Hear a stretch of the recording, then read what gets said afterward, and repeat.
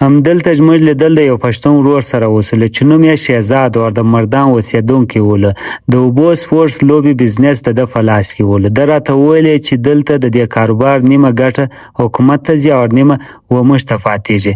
تاسو پښتانه یاست او د ډېر لرې ځای څخه راغلي یاست، نو زه د دې څخه ګټه نه اخلم، یوازې نیم پیس درڅخه اخلم. نو موږ ډېر خوشحاله سو او پرېکړه مې وکړه چې د ټولو لومړی د فیراسلینګ خوندونه به واخلو. موږ ټول ملګري د ژوند جاکټ واغوستی، که کشتۍ ګزاره هم سي په اوبو کې، نو برته به مې دغه د ژوند جاکټ بچاو کې. جاکټ دا مې واغوستله، زما شان خو نو وروره اوس به دغه په لاس کې راسره وي. کشتۍ ته به Hola, bro, tú हम किधर नीचे उतरेंगे?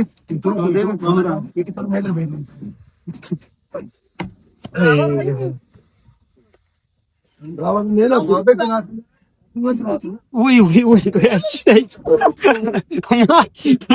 ایسا کہتے نہیں شوالار سے ड्राइवर راغلی نه دی وروره. دورم خود भाई شیخ فرید کړو चलो भाई مله بچو الله دې خیر کی. الته زو بس ډرون مال تعالی زم بیا بل ته چې واپسی کی راځم بیا په کشتۍ کې ډرون را پسې ما اینی خارا خراب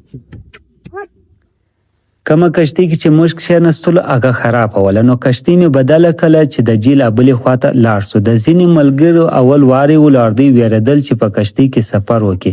نو ودی ته ویل چې ویره مکوي، دا وب د الله حکم مانی، دا هغه اوبه دي چې موسی علیه السلام ته لاره ورکړله. نو تاسو هم د الله نوم واخلئ او تاسو ته به هم دا اوبه لاره درکړي.